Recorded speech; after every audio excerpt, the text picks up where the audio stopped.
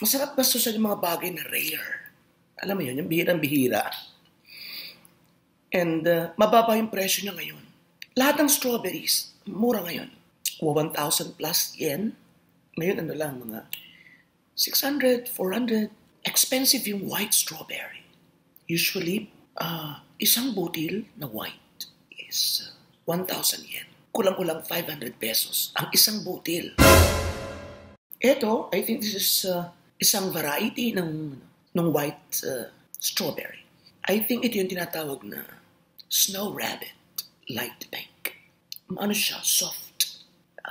Kumbaga sa chocolate, easy to melt. Pero sa presyo niya, na 1,000 yen, isang pack, talagang mura. And bagamat nakulangan ako ng konti, sa lasa, parang di siya full, alam mo yun, may lasang talagang buong-buo siya. Except dun sa isa, kunti lang yung asim niya.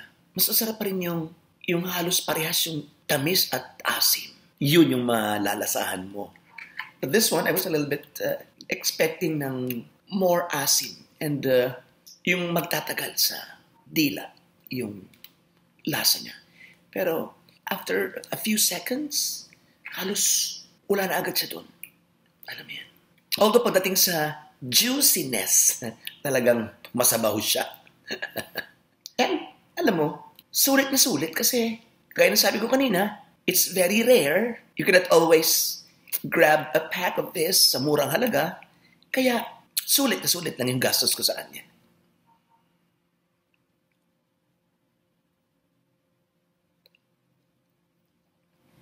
At, syempre, may tirang kondensada. May ulam na naman ako nakastock kapag walang-wala na. Pero isang ulam, oy. Discarding Pinoy. Parang nung bata ko nakapag-ulam na ako ng ganito. So, try ko uli. May kilala ka ba nag-uulam dito?